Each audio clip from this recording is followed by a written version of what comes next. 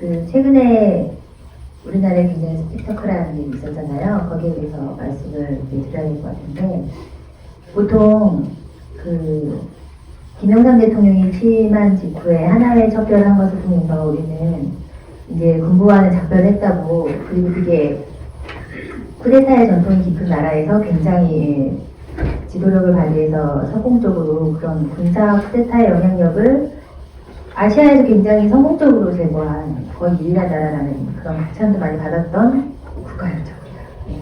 네, 얼마 전에 일어난 사건을 보면서 제가 느낀 게, 이 유혹, 이 무력이라는 유혹은 어마어마한 거구나 라는 걸 그때 깨달았어요. 그러니까 물리적인 힘은 단번에 모든 걸 이룰 수 있잖아요.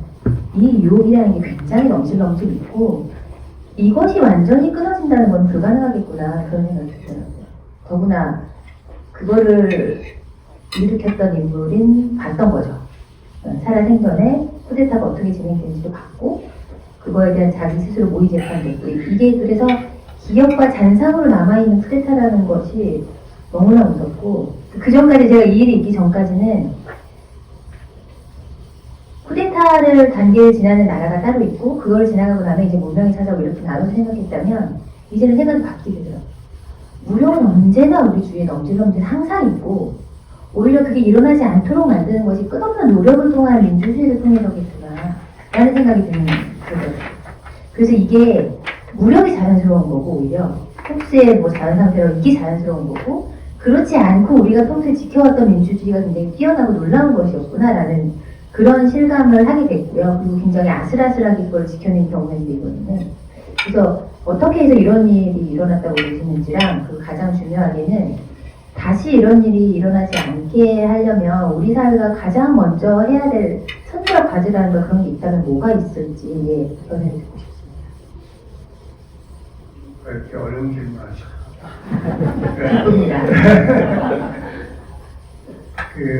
정하원 작가께서 본래 소설가였다가 가장 최근에 전두환에 대한 책을 갑자기 쓰셨어요. 그거 많은 사람들이 놀랐죠. 최근에 우리가 이제 어떤 그룹에서 다 같이 만났을 때는 김건희 모델이 우리 사회에 준 영향에 대해서 책을 쓸 거니까 질문이 있다고 그러시는 거예요. 그래서 이분 이제 정말 정치에 관심이 엄청나겠구나. 그러신 분이에요. 그래서 또 질문도 이렇게 하셨어요. 저한테 모든 정답을 기대하시지 마시고요.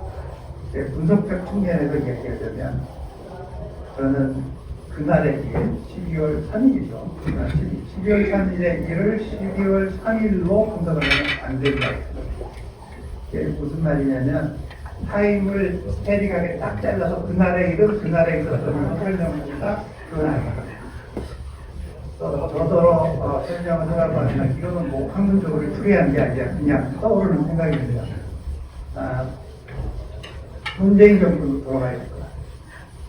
문재인 정권으로 돌아가서 이 사람이 어떻게 해서 스타 검사가 되는지, 그 부분을 분석해야 돼요.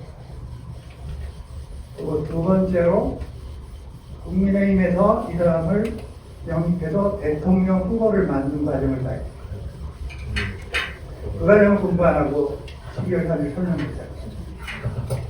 그 다음에 2021년도에 한국의 유권자가 비록 중도한 차이였지만 0.67%가 그래요. 근데 비록 중도한 차이였지만 윤석열을 선택하게 된 과정을 또 공부를 해요.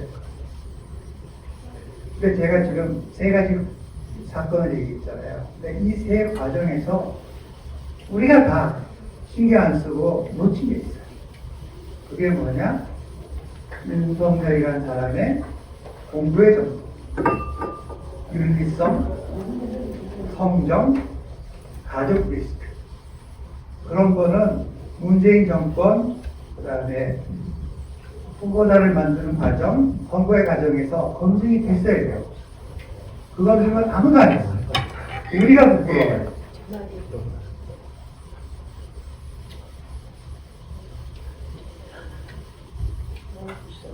고치는 거야, 뭐. 제가 항상 이야기하다시피 그 세상을 고치려면은 고치는 것은 두 가지라고 제도와 의식이다. 시민의식 고치기 계속 해야죠. 그러니까 정치개혁 연구원이 괜히 필요한 게 아니죠. 시민의식 고쳐야 되고 이런 것을 방지할 수 있는 제도가 무엇이 있을까에 대해서 고민해야죠. 그리고 또 하나 그날에 일어난 사건들을 보면서 우리가 정치인들을 키워낼 때 반드시 그들에게 우리가 가르쳐야 될 것은 내 이익을 계산할 때 시간대, 영어로 타임 호라이즌이라고 하는데 어느 정도의 시간대를 가지고 내 이익을 계산할 것을 다시 가르쳐야 돼요. 지금 국민의힘의 문제가 뭐냐면 그 모든 사람이 자기 이익을 극대화하는 건 당연한 일인데 극대화하는 타임 호라이즌이 1년 아니면 2년이에요. 그거를 우리가 이 사람들을 세우고 가르쳐서 10년으로 늘려야 돼요. 내 이익을 10년 동안 극대화하려면 내가 어떻게 행동해야 됩니까? 지금은 대통령이나 여당 의원들이 내일까지밖에 생각 안 해요. 그게 아니라는 걸 또 설득해 가지고 그리고 지금 이게 어디로 튈지 모르기 때문에 지금 여기서 분석을 하는 것도 또 아닌 것 같아요. 이 일이 어떻게 흘러가나를 봐야 돼요. 아까 그 랜선을 초이스 얘기하면서 지식, 정보, 환경적인 히스토리에 따라서 그 사람의 선택지나 선호도가 왜곡이 된다고 했잖아요. 그러면 우리가 그 사람들의 선호를 조정할 수 있도록 국민이 움직여야죠. 어떻게 조정하느냐? 여론이 움직여요.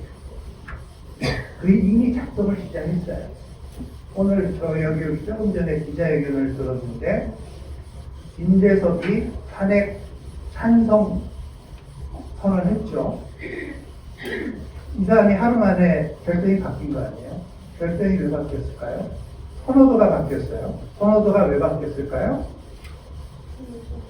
윤상현과의 대화가 폭로가 되면서 자기 지역구의 사람들이 찾아가서 계란 던지고 못 던지고 우리는 1년 이상 기억할 거야 했어요.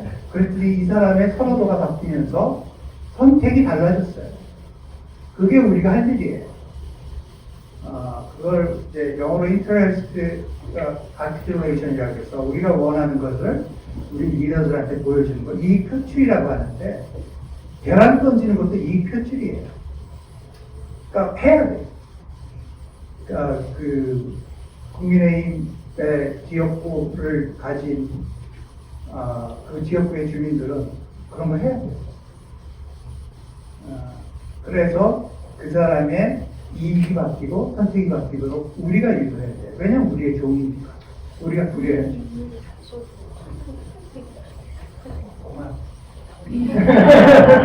괜히 흥분할 것 같아요. 굉장히 인상적인 답변이죠. 그렇죠. 네. 그리고 특히 어떻게 스타 검사가 되었는지, 그리고 어떻게 국민의힘 후보가 되었는지, 그리고 어떻게 당선이 되었는지, 네, 그것부터 살펴보는 게 급선무일 것 같네요. 우리가 낳은 사람이기 때문에 결국에는 굉장히 잘 들었습니다.